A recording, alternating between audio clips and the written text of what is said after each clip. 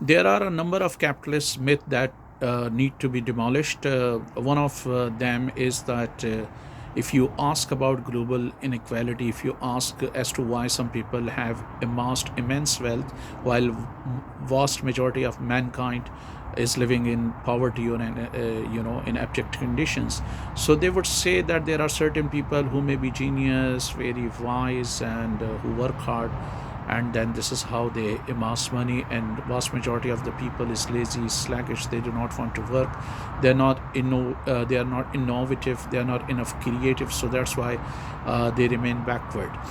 And there are others like capitalist thinkers like Neil Ferguson and other people might argue that it is because of the competition, killing apps, what he called free market economy, scientific innovation, and trade, the, and the will to explore, stuff like that.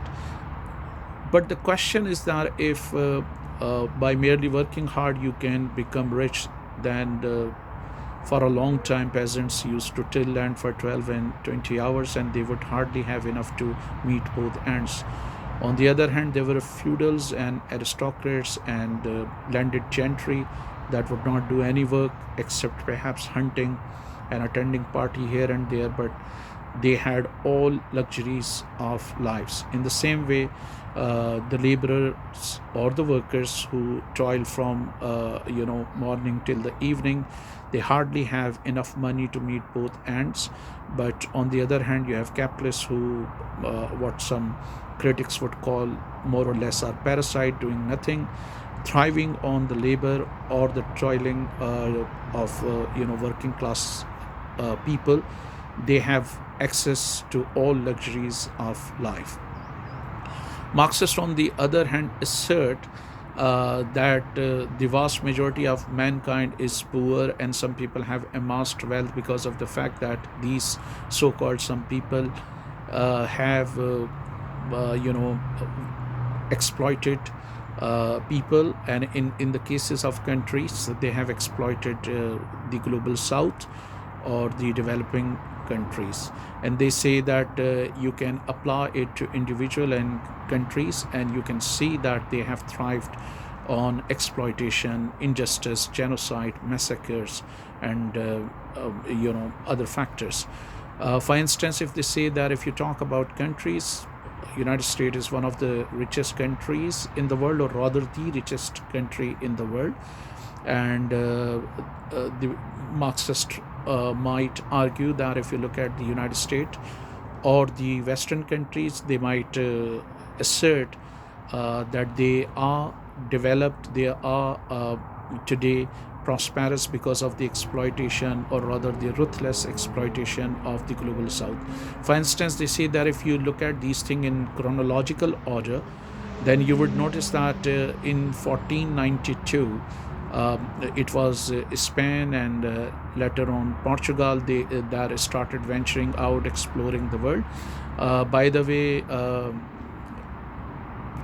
Portugal started that in the 14th century after hearing about the immense wealth of Mansi Musa, a Muslim king in Africa who was believed to have been throwing gold as he undertook a journey towards Mecca to perform pilgrimage. And after hearing this gold, they ventured out, going to Africa in search of gold and different trade routes as well. So it is asserted that in late 15th century and early in late 15th century and early 16th century, it was Portugal and Spain that were busy in plundering South and Central America, and interestingly, they were also the superpower. They also emerged as superpower during those time, towards the end of 15th century and early 16th century. They are accused of plundering and looting South and Central America, destroying the Aztec, the Maya, and the Uncas Empire. They are believed to have brought a lot of gold, silver, and other things from there. And as they traveled back in their ships, they were looted by Dutch French, British, and other pirates, and one of the British pirates rose to the prominence, making it to the high echelon of power. He also became admiral. His name was Francis Drake.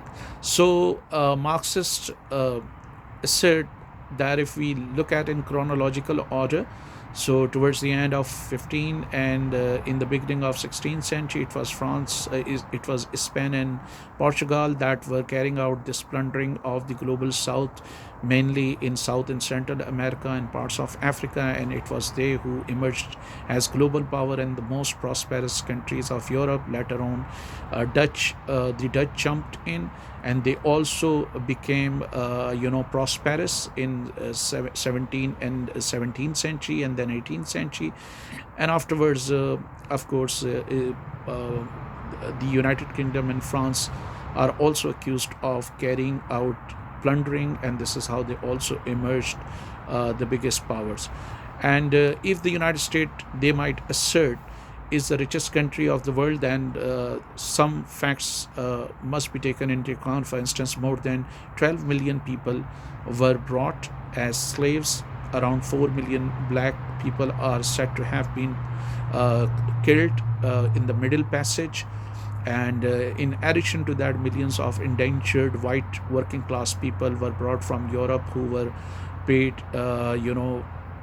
nothing at all for years, at least for 5 years, or in some cases even 10 years, and they would be forced to work for longer hours. And this is how United States thrived, and especially the southern landlords, they benefited a lot because of that. And they tried to trace the rise of stock exchange, the shipping, the insurance companies, and also different factories, plantation. They trace it to slavery. And Howard Zinn has gone to the extent of claiming that 55 million slaves were brought, although there is a conservative estimate of 12 million slaves who were brought from Africa, and they were condemned to work in plantations.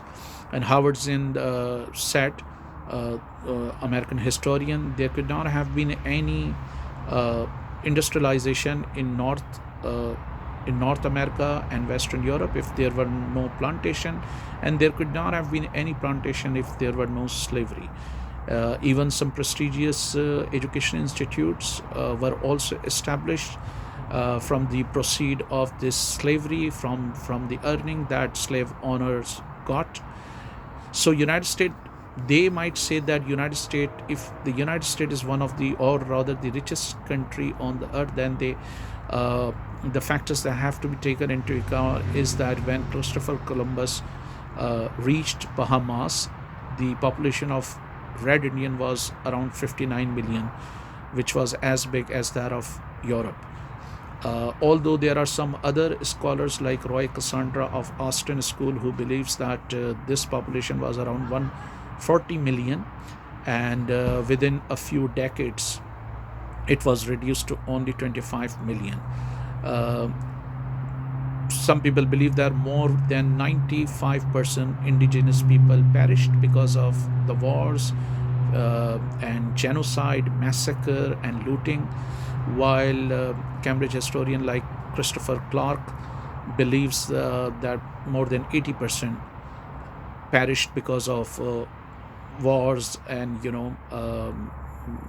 and also germs, diseases, different type of diseases. But Marxists, on the other hand, assert that if the United States is the richest country in the world, it is because of that ruthless exploitation. They cite historical evidence about other countries as well. For instance, if they say that if the United Kingdom is one of the richest countries in the world, it is also because of colonization and plundering in the third world countries. There has been an Indian intellectual who carried out research, and according to this research of Columbia University, only the United Kingdom robbed India of more than $45 trillion.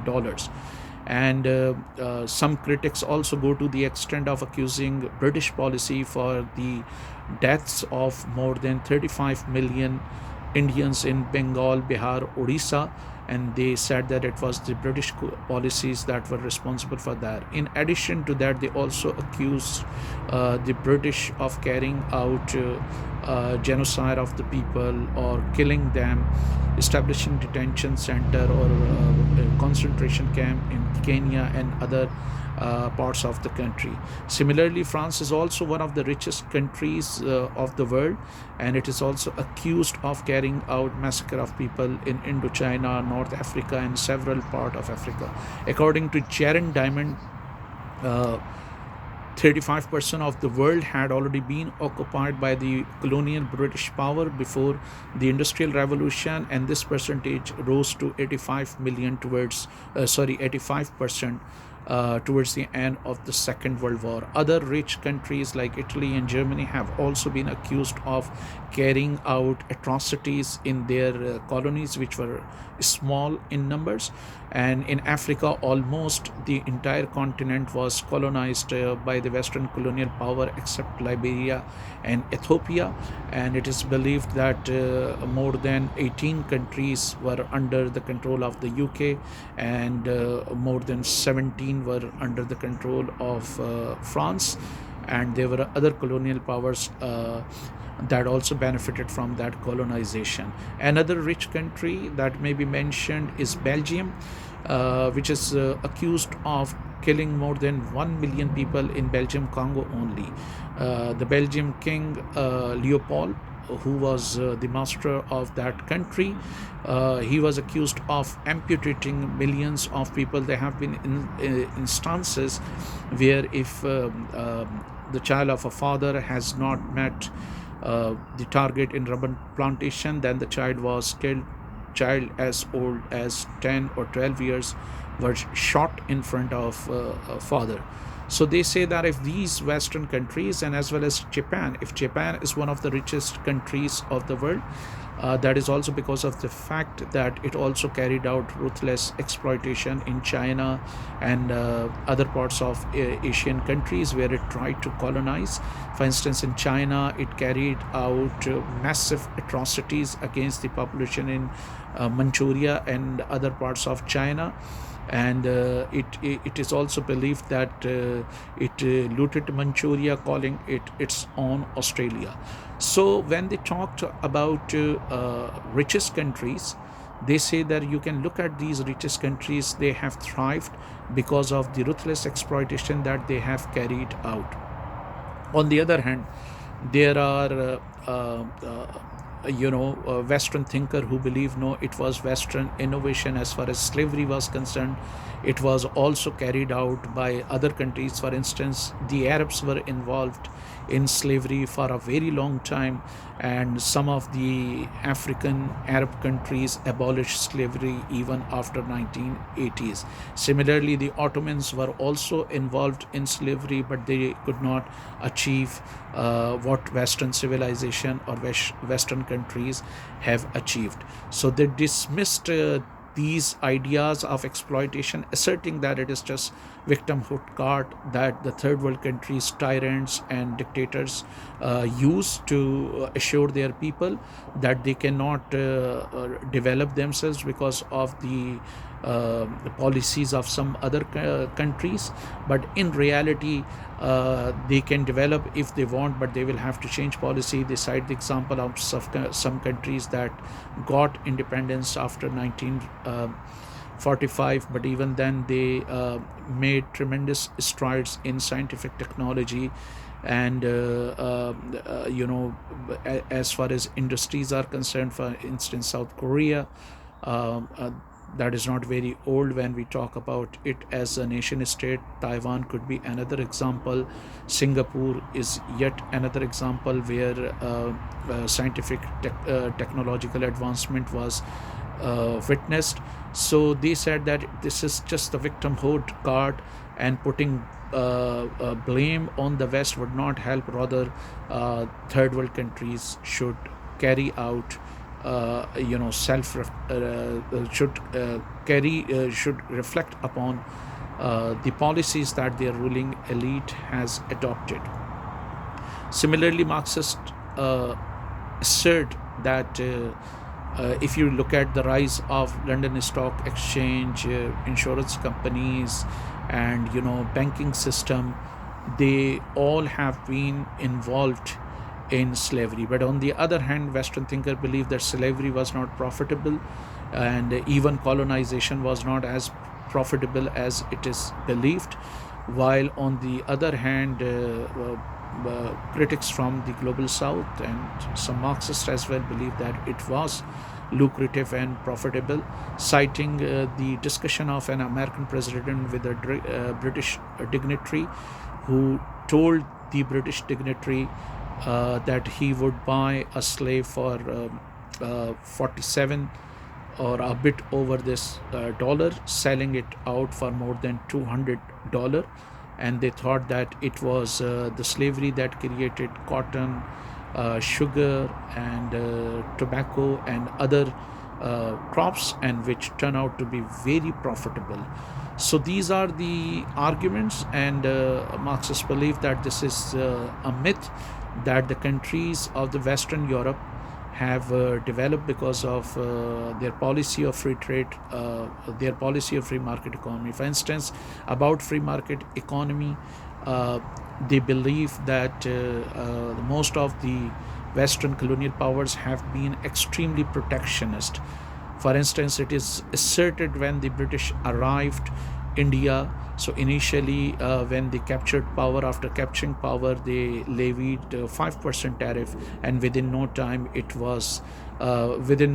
was an exponential surge or rise in the tariff that literally destroyed homemade cotton, or the cotton industry or the textile industry of India. It is asserted by people like Shashi Tharoor that when the British came, India would contribute more than 20% to global GDP, and when the British left, it was reduced to 5% in 1947. Similarly, as far as democracy is concerned, of course, there was a modicum of democratic system in the Western world, but democracy in a true sense, where women also have right to vote, or where women also enjoy enfranchisement, that was not the case there. In most of the Western countries, women get enfranchisement after 1917, and in some cases that enfranchisement was depended on the amount of wealth that they had, or the property.